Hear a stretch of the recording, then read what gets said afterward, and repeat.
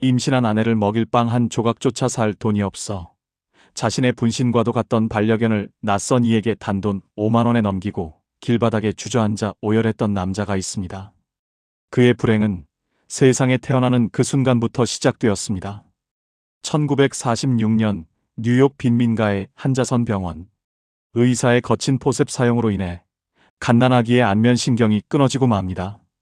이 치명적인 의료사고는 그의 왼쪽 뺨과 입술을 영원히 마비시켰고 혀가 굳은 듯한 어눌한 발음 장애를 흉터처럼 남겼습니다.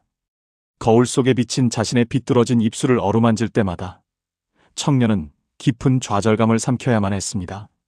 이런 기괴한 얼굴과 웅얼거리는 목소리로 과연 스크린에 설 수 있을까? 배우를 꿈꿨던 그에게 이 신체적 결함은 사실상 사형 선고나 다름없었습니다. 하지만 그는 포기하지 않고 낡은 트렌치코트 깃을 세운 채 뉴욕의 캐스팅 사무실을 전전했습니다. 돌아오는 것은 굳게 닫히는 문소리와 노골적인 조롱뿐이었습니다. 발음이 다 뭉개지는데 무슨 수로 대사를 친다는 거요? 차라리 다른 일을 찾아보시오. 무려 300번이 넘는 오디션 낙방. 캐스팅 디렉터들의 날선 비수 같은 말들은 그의 너덜너덜해진 자존심을 사정없이 난도질했습니다. 계속된 실패는 지독한 가난으로 이어졌습니다. 아내의 낡은 장신구마저 전당포에 넘겨야 했고 그의 수중에 남은 전 재산은 고작 $106가 전부였습니다. 세상이라는 거대한 벽 앞에서 청년의 넓은 어깨는 한없이 초라하게 움츠러들었습니다. 1975년의 겨울은 유난히 길고 혹독했습니다. 햇빛조차 들지 않는 창문 없는 좁은 단칸방 안에는 뼈를 시리게 하는 냉기만이 가득했습니다. 난방비를 내지 못해 얼음장처럼 차가워진 방바닥 위에서 만삭의 아내는 얇은 담요 한 장에 의지한 채 입술이 파랗게 질려갔습니다. 부엌의 낡은 냉장고 문을 열어보아도 곰팡이 핀 빵 부스러기조차 보이지 않았습니다. 뱃속의 아이와 굶주림에 지쳐가는 아내를 지켜보며 가장으로서 그가 느끼는 무력감은 숨통을 조여오는 밧줄과도 같았습니다. 밀린 월세를 독촉하는 주인의 거친 문 두드림 소리가 울릴 때마다 그는 죄인처럼 숨을 죽여야만 했습니다. 벼랑 끝에 내몰린 그는 결국 인생에서 가장 참혹하고 비참한 결정을 내리게 됩니다. 지독한 외로움과 패배감 속에서 유일하게 자신의 곁을 지켜주던 채온 반려견 버트커스의 낡은 목줄을 쥐고 집을 나섰습니다. 살을 에이는 찬 바람을 맞으며 도착한 곳은 동네의 작은 주류 판매점 앞이었습니다. 그는 지나가는 낯선 사람들의 바짓가랑이를 붙잡고 구걸하듯 매달려야 했습니다. 제발 이 아이를 데려가 주십시오. 아주 순하고 착한 녀석입니다. 차갑게 외면하는 시선들 속에서 목끝까지 차오르는 수치심을 억누르며 그는 끊임없이 고개를 숙였습니다. 처음에는 $100를 불렀지만 그마저도 여의치 않았습니다.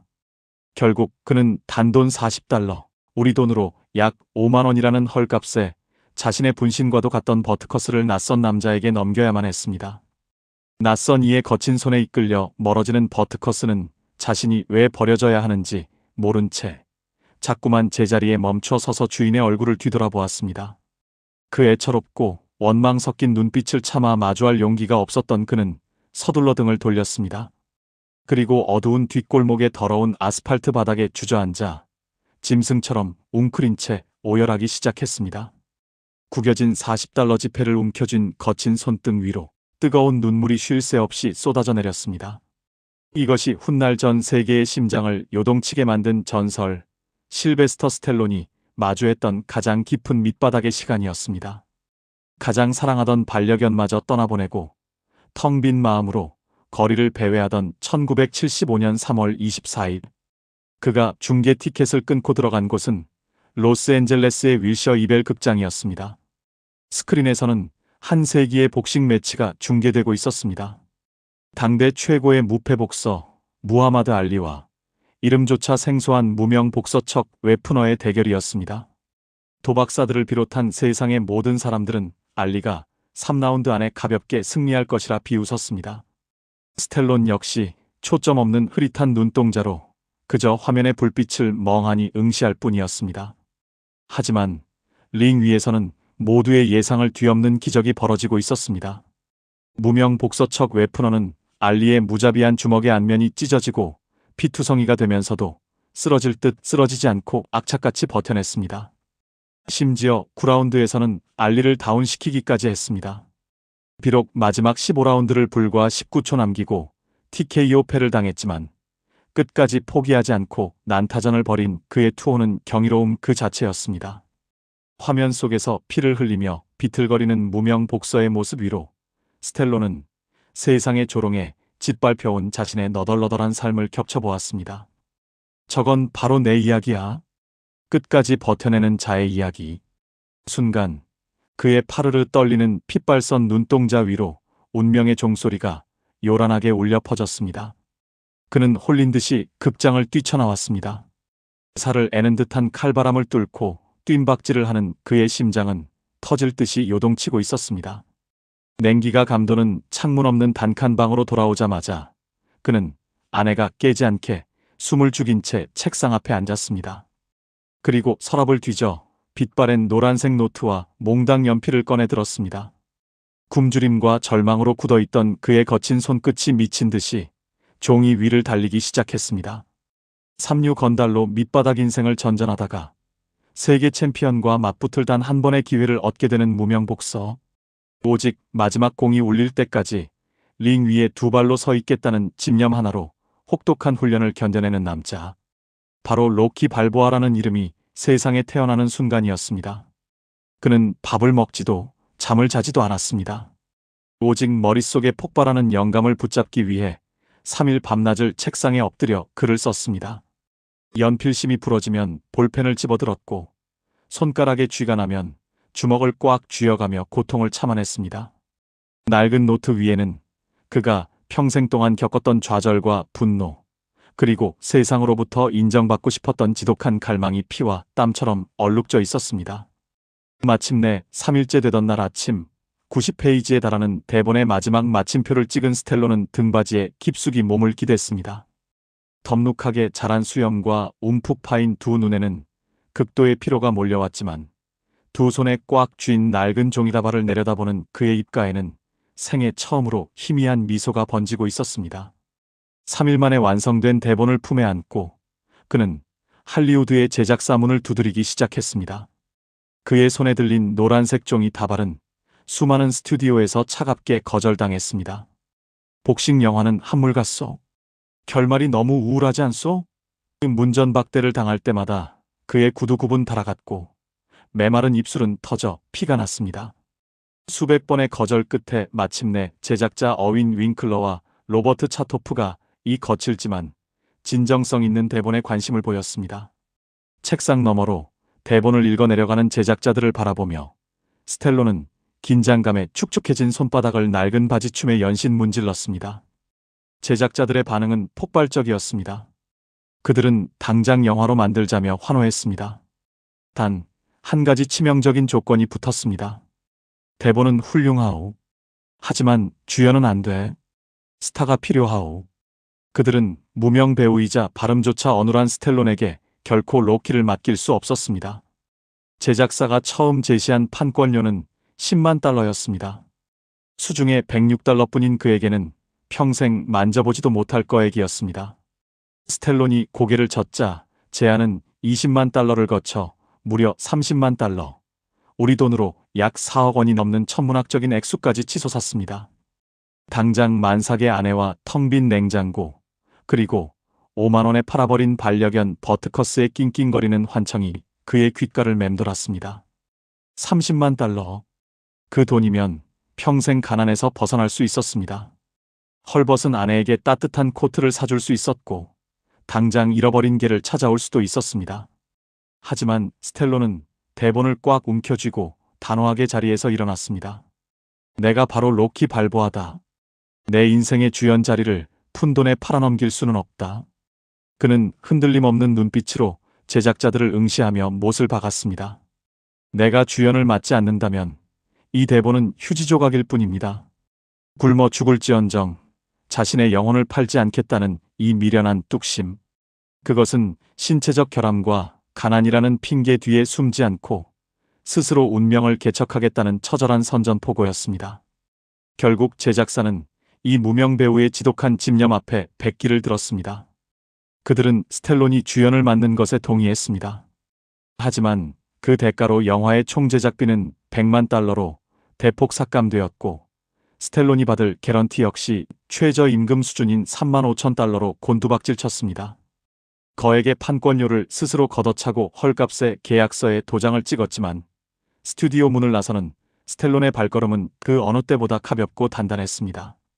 드디어 세상이라는 링 위에 자신의 맨몸으로 올라설 기회를 쟁취한 것입니다. 낡은 트렌치코트 주머니 속 선금으로 받은 수표를 만지작거리는 그의 거친 손끝은 주체할 수 없는 환희로 잘게 떨리고 있었습니다.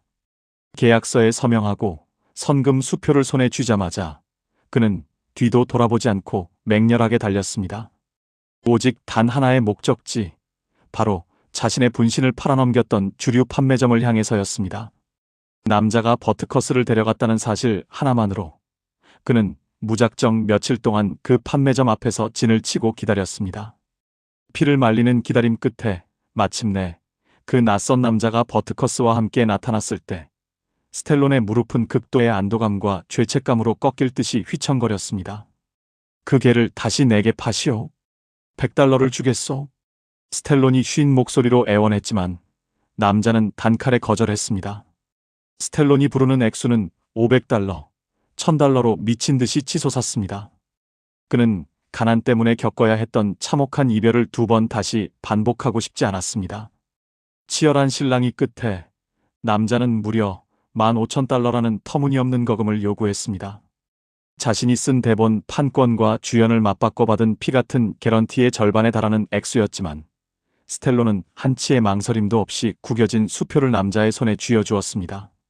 남자의 손에서 낡은 목줄을 건네받는 순간 버트커스는 미친 듯이 꼬리를 흔들며 주인의 품으로 뛰어들었습니다. 거친 아스팔트 바닥에 털썩 무릎을 꿇은 스텔론은 커다란 개의 목을 끌어안고 어린아이처럼 짐승 같은 울음을 터뜨렸습니다. 버트커스는 주인의 뺨에 흐르는 뜨거운 눈물을 거칠게 하차주었습니다. 5만 원에 팔아버렸던 가족을 1,500만 원이라는 거금을 주고 되찾아온 이 극적인 상봉은 돈으로는 결코 환산할 수 없는 영혼의 구원이었습니다. 마침내 온전한 가족을 되찾은 그는 모든 뼈와 살을 깎아내는 고통을 감수하며 영화 촬영에 돌입했습니다. 예산 부족으로 단 28일 만에 장편 영화를 완성해야 하는 살인적인 스케줄이었습니다. 편히 쉴 트레일러 하나 없는 열악한 환경 속에서 그는 매일 새벽 필라델피아의 차가운 거리를 달렸습니다. 그리고 그의 곁에는 언제나 충직한 버트커스가 함께 뛰고 있었습니다. 발음이 뭉개지면 입술을 피가 나도록 깨물었고 온몸에 시퍼런 멍이 들 때까지 냉동창고에 소고기를 샌드백 삼아 두들겼습니다. 잃을 것이 없었던 자의 지독한 땀방울은 스크린 너머로 생생하게 뿜어져 나오기 시작했습니다. 1976년 11월 마침내 영화 로키가 세상에 개봉했습니다. 결과는 그야말로 전 세계를 뒤흔든 지각변동이었습니다. 제작비 100만 달러로 만들어진 이 투박한 영화는 전 세계적으로 무려 2억 2,500만 달러라는 경이로운 흥행 수익을 기록했습니다. 뿐만 아니라 이듬해 아카데미 시상식에서 당대 최고의 대작들을 모두 제치고 최우수 작품상과 감독상, 편집상을 휩쓰는 기적을 만들어냈습니다. 단돈 5만 원의 반려견을 팔고 거리에서 오열하던 빈민가의 파산자, 발음조차 제대로 구사하지 못해 360번이나 오디션에서 쫓겨났던 안면마비 청년이 할리우드의 가장 높은 시상대 위에서 황금빛 트로피를 거머쥐는 순간이었습니다. 그의 삶이 우리에게 던지는 묵직한 파장은 단순히 가난을 이겨낸 성공 신화에 머물지 않습니다. 세상 모두가 그의 신체적 결함과 가난을 비웃으며 너는 엑스트라에 불과하다고 손가락질할 때 그는 스스로에게 펜을 쥐어주고 자신의 인생을 주연으로 다시 썼습니다. 4억 원이라는 거액의 판권료 유혹 앞에서도 굶어 죽을지언정 자신의 영혼과 꿈을 팔지 않았던 그 미련한 뚝심. 그것은 삶의 주도권을 결코 타인이나 환경의 평가에 넘겨주지 않겠다는 치열한 자기 선언이었습니다. 육체의 쇠락이나 과거의 실패 앞에서 스스로를 인생의 변두리로 밀어내고 있는 분들이 있다면 그의 삶은 조용하지만 강렬한 일침을 가합니다. 나이가 들었다고 해서 혹은 남들보다 늦었다고 해서 우리 인생의 각본이 이미 끝난 것은 아닙니다. 찌그러진 입술과 텅 빈 주머니 속에서도 스스로 챔피언이 되기를 포기하지 않았던 그 청년처럼 우리 앞에는 아직 채워 넣어야 할 수많은 빈 페이지가 남아 있습니다. 세상이 정해준 한계에 굴복하지 마십시오. 당신의 삶이라는 위대한 영화에서 당신은 언제나 대체 불가능한 단 한 명의 주연 배우입니다. 아직 인생의 마지막 라운드 공은 울리지 않았습니다. 지금 당장 당신만의 위대한 대본을 다시 써내려 가시길 바랍니다. 늦게 피는 꽃이 가장 아름답습니다. 당신의 위대한 인생 2막을 응원합니다.